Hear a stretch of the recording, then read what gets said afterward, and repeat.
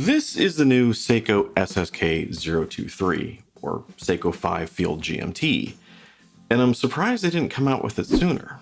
As one of the best Seiko 5s to come out in recent years was their 39.5mm field watches, like the blue SRPG29 I checked out a few years ago.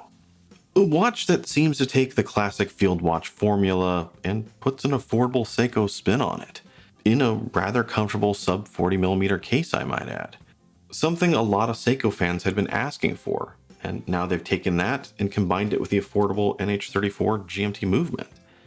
And if I'm being perfectly honest here, that's basically all they did. I mean, there are a few other small adjustments, but if you remember those original watches, in a nutshell, that's all you need to know here. However, in this case, I think the end result may be greater than the sum of its parts. And this watch winds up being one of the best entry-level GMTs on the mainstream market, and in some ways an ideal poor man's Explorer. Let's get to it. Now here the Field GMTs are 39.5mm wide, with a lug-to-lug just under 48. It is a bit tall at 13.8, which does include a subtly domed hardlux crystal, as well as your standard Seiko 5 exhibition caseback. However, for an entry-level GMT, it's not bad. And if you check out the side profile, you wouldn't even know it was that tall. It has this very nice stepping up effect and doesn't look chunky at all. And as a whole, I think it should be a good fit for a lot of people. Although, one quick word of caution to those in the slim-wristed club, and that's that while this is a sub 40mm watch, it's barely so. And when you take that and combine it with the 48mm lug-to-lug, it's gonna wear more like a 40. So for most it should be fine, but for you guys, be a little cautious. Although, one bit of good news here, check out the female end links, and we'll talk more about the bracelet at the end. Now, rounding everything out, there's a 20mm lug width, 100 meters of water resistance without a screwed down crown. It is a Seiko 5 after all, and it weighs in at a solid 150 grams, give or take a link or two, as well as it has that newer 4R34 collar's GMT movement. Oh, and by the way, these aren't available worldwide yet, which may seem confusing since you've been seeing a lot of reviews on them.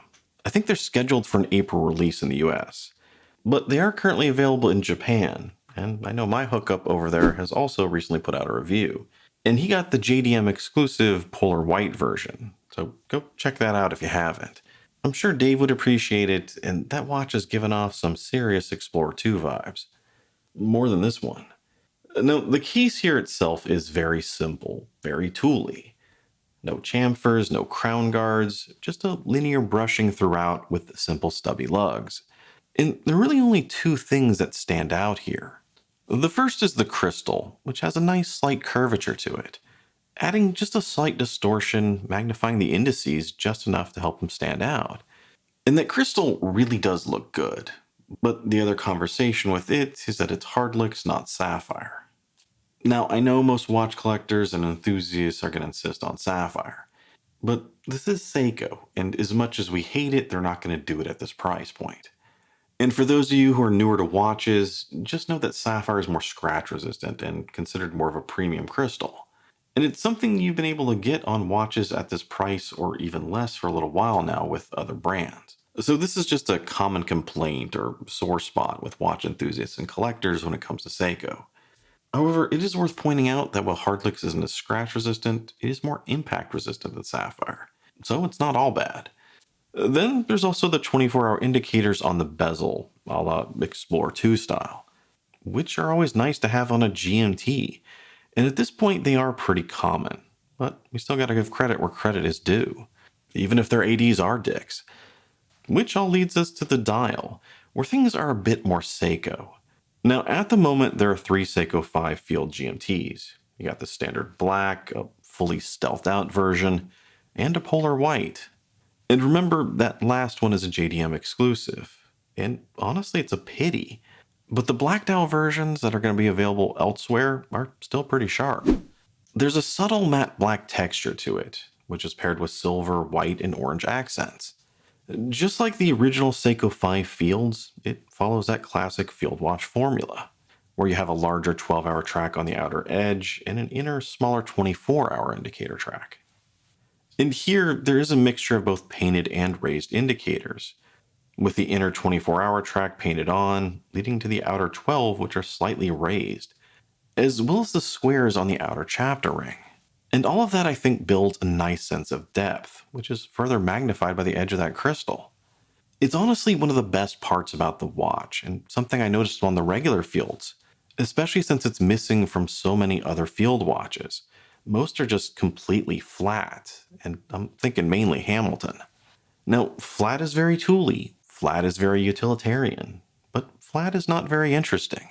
And I think that's one thing, even though it's pretty small, that helps these stand out and gives them a great look.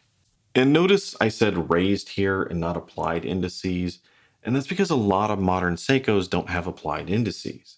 Some do, some don't. But rather than applying them on the top, they're more like they're embossed and pushed through from the back. And while pressed may be considered a higher level of craftsmanship, if I'm being honest here, the effect is basically the same. And at this price, I don't think it's a big deal. Now, moving on to something like my Marine Master Reduced, yeah, there I think I can get a little bit pissy about it. But here, it's perfectly fine.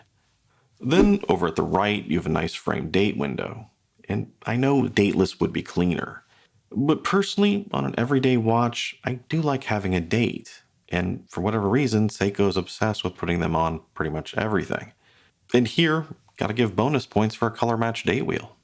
For the hands, Seiko went with brushed swords for the hour and minute, and then a slim orange arrow for the seconds, as well as this orange GMT hand in whatever style this is. It's Seiko style. And for the most part, they're all very easy and distinct to make out. And while I know a lot of people prefer a more polished finish on the hands, as brushed hands always look really rough in macro, which is honestly sort of the point. But every time I show them, there's always somebody who says they don't look finished. Anyway, the point is that this is a very tooly field watch, so brushed hands work. And the only thing that I'd personally nitpick is that the hands are far too short. And then there in the middle of the dial, we can't forget the logos and the text. Now, overall, I'd say the design works, and works rather well. And when you pair that with this case, it makes a great comfortable watch, a great everyday driver, or a good choice for a subtle yet useful travel watch. So for the most part, good job Seiko. But there are a few things to point out, like that the design is crowded. So if you're someone that likes clean, simple, streamlined dials, not going to be for you. And in some ways, it doesn't have to be this crowded. Because if you look at the middle 24-hour track, which is one of the main things that's crowding it up, it's something you really don't need, as you have the 24-hour track right outside that on the bezel. Now, I know why they did this. It's the basic design of their field watch, and Seikos are sticklers when it comes to tradition. But from a functionality standpoint, it's unnecessary, repetitive, and just messy. Although one thing I do like that they did is that they made the smaller font in silver, and it doesn't have near the contrast as the other indices or the hands. And I think that vastly helps the readability of such a crowded design. And in certain conditions, you can almost just completely tune them out, while the raised indices and hands pop out of the design more. And as usual, I gotta compliment the small splash of color here. Just enough that it helps them stand out, but not so much that it's a distraction.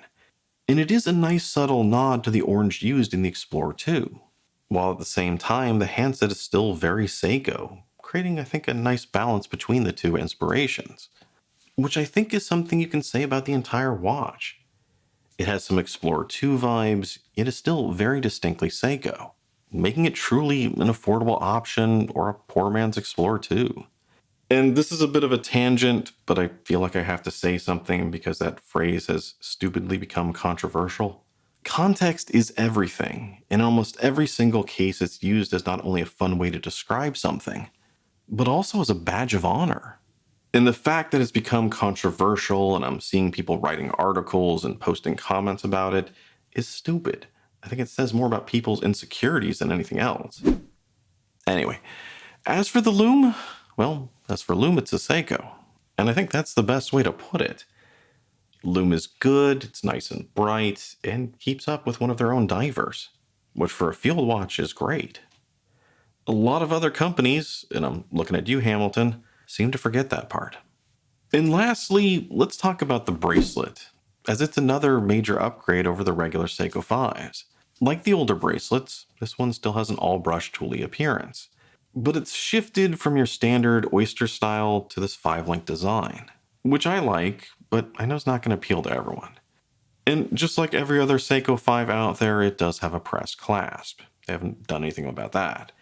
However, there are a couple of other nice touches here, like the female end links, which are not only more comfortable as it immediately starts to conform to your wrist, but it also helps a watch wear true to its size. There's no awkward overhang.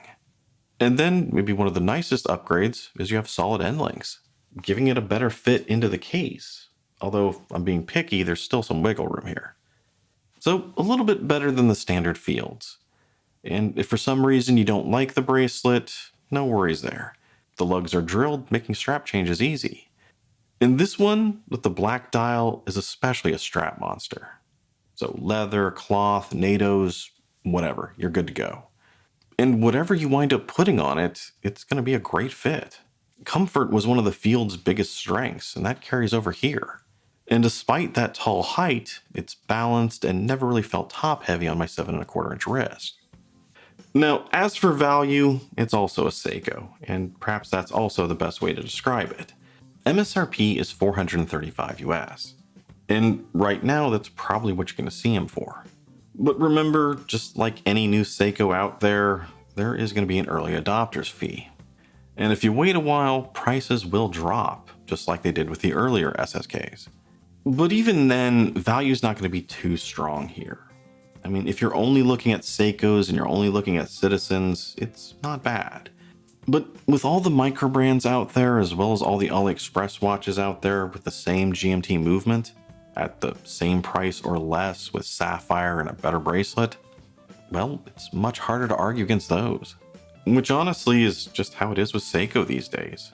Sometimes it's worth it for the name brand and originality, and other times it's not. Just gotta take it as it comes. Bottom line, home run for Seiko. If you're not into the whole dive style 100-meter 5KX thing, then this is a great option. One for all the Seiko fans that want a great affordable entry-level GMT, and especially if you want something just a tad smaller than those 5KXs. It's a pure tool watch with a few nice touches to keep things interesting, thanks to the small splashes of color, great lume, and depth of the design.